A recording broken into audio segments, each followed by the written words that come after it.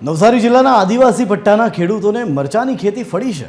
Khergam APMC સહિતના કેન્દ્રો પર રોજના 200 ટનથી વધુ મરચાં ઠલવાય છે, જે મુંબઈ મારફતે વિદેશમાં નિકાસ થાય છે।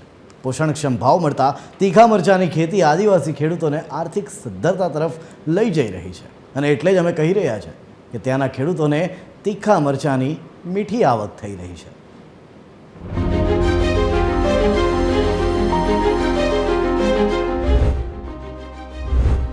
નવસારી જિલ્લાનો આદિવાસી પટ્ટો હવે ડાંગર અને શેરડીની સાથે મરચાની ખેતી તરફ વળી રહ્યો છે।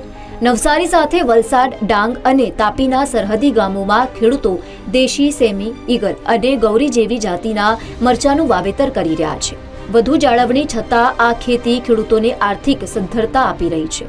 મરચાના નિકાસ થકી ખેડૂતોને પોષણક્ષમ ભાવ મળી રહે છે। હાલમાં પ્રતિ મણ મરચાનો ભાવ 800 થી 1100 રૂપિયા છે, જે ગત વર્ષે 2000 રૂપિયા સુધી પહોંચ્યો હતો। 40 से 50 टन की साथ की तारीख में हमारे दुकान पे आता है। मार्केट में तो 400 टन का मार्केट है ये। अभी फिलहाल 2 प्रकार की मिर्ची चालू है, सुप्रीम हॉट ने गौरी मिर्चा।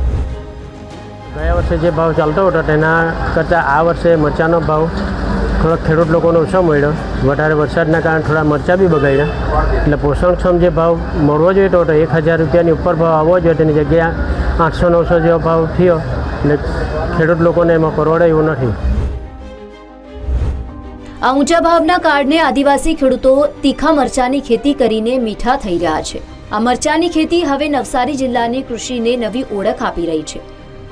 ખેરગામ એપીએમસી, રૂમલા અને તાપીનું ડોલવણ મરચા ખરીદીના મુખ્ય કેન્દ્રો બન્યા છે। એકલા ખેરગામ એપીએમસીમાં જ દરરોજના 60 ટનથી વધુ મરચાની આવક થાય છે, જ્યારે સમગ્ર વિસ્તારમાંથી રોજના 200 ટનથી વધુ મરચા મુંબઈ બજારોમાં પહોંચે છે અને ત્યાંથી વિદેશોમાં નિકાસ થાય છે।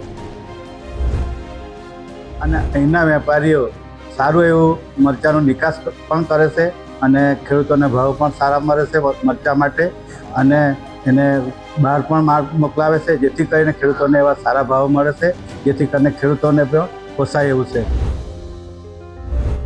તીખા મરચાની ખેતીથી નવસારીના આદિવાસી ખેડૂતો ઊંચી આવક મેળવી રહ્યા છે। દેશી જાતિથી માંડીને ઈગલ સુધીના મરચાની વિદેશમાં નિકાસ થતા આ કૃષિ પાક હવે માત્ર ખેતી જ નહીં પણ આર્થિક સદ્ધરતાનું એક મજબૂત માધ્યમ બની ગયું છે। મરચાની આ સફળતા નવસારી જિલ્લાની ખેતીને એક નવી ઓળખ આપી રહી છે।